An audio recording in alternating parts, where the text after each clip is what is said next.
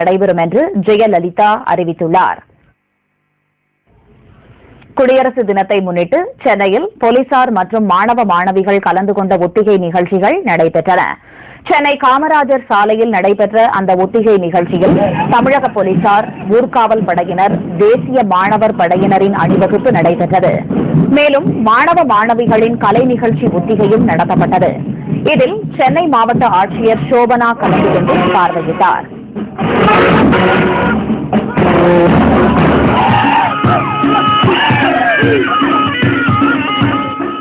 அணிவகுப்பு மற்றும் கலை நிகழ்ச்சி ஒத்திகையை முன்னிட்டு காமராஜர் சாலையில் போக்குவரத்து மாற்றம் செய்யப்பட்டிருந்தது. தைப்பூச திருவிழாவை முன்னிட்டு பழனி முருகன் கோவிலுக்கு பக்தர்கள் பாத யாத்திரையாக வர தொடங்கியுள்ளனர். அறுபடை வீடுகளில் 3ஆம் படை வீடான பழனி முருகன் கோவிலில் தைப்பூச விழா கடந்த 14ஆம் தேதி கொடியேற்றத்துடன் தொடங்கியது. விழாவின் முக்கிய நிகழ்ச்சியான தைப்பூசம் நாளை மறுநாள் கொண்டாடப்பட உள்ளது. இதையொட்டி பழனிக்கு பக்தர்கள் பாத யாத்திரையாக வர தொடங்கியுள்ளனர். குன்றக்குடியிலிருந்து 300க்கும் மேற்பட்ட பக்தர்கள் காவடி ஏந்தி நடைபயணம் மேற்கொண்டுள்ளனர். 400 வருஷம் அது பழனிக்கு நடந்துகிட்டு இருக்காங்க. இது சாமி அருள் 400 வருஷத்துக்கு முன்னாடி நீங்க பழனிக்கு எல்லாம் காவடி எடுத்துட்டு வாங்க, எங்க குடும்பத்துக்கு நல்லா இருக்குன்னு சொல்லிட்டு அந்த காலத்துல ராஜா பரம்பரை அந்த வேலு வலம்புரி சங்கு 2 கொடுத்தாங்க. வலம்புரி சங்குன்னு தெரியும். அந்த வலம்புரி சங்குல தான் அபிஷேகம் பண்ணுவாங்க சாமிக்கு. அப்ப பிரம்பம் கொடுத்தாங்க. அந்த 400 ஆண்டா முன்ன தொட்டு நாங்க பழனிக்கு வர்றோம். அவங்க ஊர்ல இருந்து காவடி கட்டி கொண்டு வந்து குன்றக்குடியில வச்சிருவோம். குன்றக்குடியில கண்ணனூர் அருளாடியார் அவர்களுடைய தலைமையில நாங்க புறப்பட்டு வருவோம். இப்ப இருக்கிற அருளாடியார் அவர்கள் 9வது தலைமுறை அருளாடியார். அவங்க தலைமையில தான் இந்த காவடி இவ்வளவு புறப்பட்டு வந்துகிட்டு இருக்கு. இது எல்லாரும் நினைச்ச நேரத்துல எடுத்துட முடியாது. இதுக்கு ஒரு சக்தி வேணும், ஒரு பவர், விரதம் கடுமையா இருக்கணும். அது இருந்தா தான் முழுமையா கொண்டு போய் செலுத்த முடியும். திண்டுக்கல் பழனி சாலையில் பக்தர்களுக்கு அன்னதானம், இலவச தண்ணீர், பால், பழம் போன்றவை வழங்கப்பட்டு வருகின்றன. ஆங்காங்கு இலவச மருத்துவ முகாம்களும் அமைக்கப்பட்டுள்ளன. சேலம் அருகே பொங்கல் பண்டிகையை முன்னிட்டு எருதாட்டம் எனப்படும் ஜல்லிக்கட்டு நிகழ்ச்சி நடைபெற்றது. ஏராளமான வீரர்கள் எருதுகளை அடக்கி பரிசு பொருட்களை அள்ளி சென்றனர். பொங்கல் பண்டிகையை முன்னிட்டு தமிழர்களின் வீர விளையாட்டான ஜல்லிக்கட்டு மாநிலம் முழுவதும் நடைபெற்று வருகிறது. சேலம் ரெட்டியூர் மாரியம்மன் கோவிலில் எருதாட்டம் எனப்படும் ஜல்லிக்கட்டு நடைபெற்றது. கொம்புகள் சீவி, வர்ணம் தீட்டி பரிசு பொருட்கள் முடித்து வைக்கப்பட்ட 20க்கும் மேற்பட்ட காளைகள் இதில் பங்கேற்றன.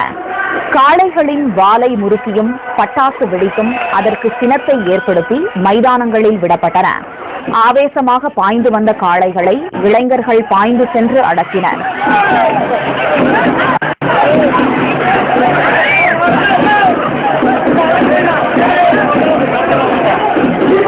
சில இடங்களில் காளைகள் பார்வையாளர்கள் பகுதியில் புகுந்ததால் பரபரப்பு நிலவியது. இருப்பினும் எருதாட்ட நிகழ்ச்சி எவ்வித அசம்பாவிதமும் இன்றி முடிவடைந்தது. சிவகங்கை அருகே மனைவி மற்றும் 2 மகள்களை கொடூரமாக கொன்று புதைத்தவரை போலீசார் கைது செய்துள்ளனர். கல்லல் பகுதி தமிழர் தெருவைச் சேர்ந்தவர் சூரியகாந்தி. இவரது மனைவி மலர். இவர்களுக்கு 2 பெண் குழந்தைகள் உள்ளனர். பல ஆண்டுகளாக துபாயில் பணிபுரிந்த சூரியகாந்தி சில நாட்களுக்கு முன்பு சொந்த ஊருக்கு திரும்பினார். இந்நிலையில் மனைவியின் நடத்தையில் சந்தேகமடைந்த இவர் நேற்றிரவு மனைவி மற்றும் 2 பெண் குழந்தைகள் என 3வரையும் கொன்று புதைத்துள்ளார். தகவல் அறிந்த போலீசார் சூரியகாந்தியை கைது செய்து விசாரணை நடத்தினர். பின்னர் புதைத்த உடல்களை மீட்ட போலீசார் அவற்றை பிரேத பரிசோதனைக்காக அனுப்பினர். 3 பேரை கொன்ற கொடூர சம்பவம் அப்பகுதியில் பரபரப்பை ஏற்படுத்தியுள்ளது. திண்டுக்கல் அருகே உழவர் திருநாளை முன்னிட்டு விவசாயிகளும் அவர்களது கால்நடைகளும் நலமுடன் வாழ வேண்டி வாழைப்பழங்களை சூறைவிடும் நிகழ்ச்சி நடைபெற்றது. திண்டுக்கல் அருகே உள்ள வத்தலகுண்டை அடுத்த சேபுகம்பட்டியில் உள்ள சோலைமலை அழகர் கோவிலில் விவசாயிகள் இந்த திருவிழாவை நடத்தினர். சுமார் 2 லட்சம் வாழைப்பழங்களை கொண்டு வந்த விவசாயிகள் அதை கோவில் முன்பு வைத்து வழிபாடு நடத்தினர். பின்னர் அவற்றை பக்தர்கள் மத்தியில் வீசி தங்கள் சூறை வேண்டுதலை நிறைவேற்றினர்.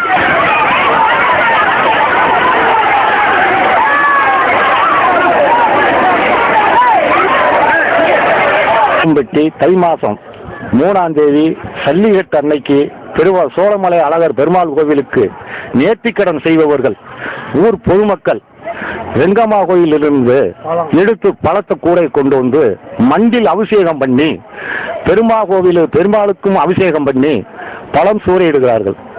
வெள்ளாமல் விளைச்சலும் அவங்க குடும்பத்தினுடைய நலனுக்காக வேண்டியும் இறைவனை பிரார்த்திக்கிறார்கள். இந்த நூதன திருவிழாவில் ஏராளமானோர் கலந்து கொண்டனர். இலங்கை படையினரின் தொடர் தாக்குதலை கண்டித்து ராமேஸ்வரம் பகுதி மீனவர்கள் இன்று 2ஆம் நாளாக வேலை நிறுத்த போராட்டத்தில் ஈடுபட்டுள்ளனர்.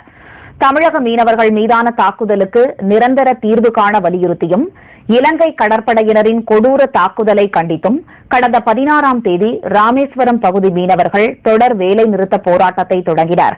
இன்று 3ஆம் நாளாக அவர்கள் வேலை நிறுத்த போராட்டத்தை தொடர்வதால் துறைமுகம் வெறிச்சோடி காணப்படுகிறது. இலங்கை கடற்படையினரின் அட்டூழியத்திற்கு நிரந்தர தீர்வு காணவில்லை எனில் போராட்டம் தொடரும் என்று மீனவர்கள் அறிவித்துள்ளனர். ராமேஸ்வரத்தில் அடிக்கடி நேவி பிரச்சனை அதிகமாக தான் இருக்கு. இதாக நம்ம கவர்மெண்ட் என்ன ஏதுன்னு வந்து பார்க்குற மாதிரி தெரிய மாட்டேங்குது. ஒரு 4 நாளைக்கு முன்னாடி கூட சேதம் ஒரு மீனவரை ஷூட்டிங் பண்ணி கொண்டு விட்டாங்க.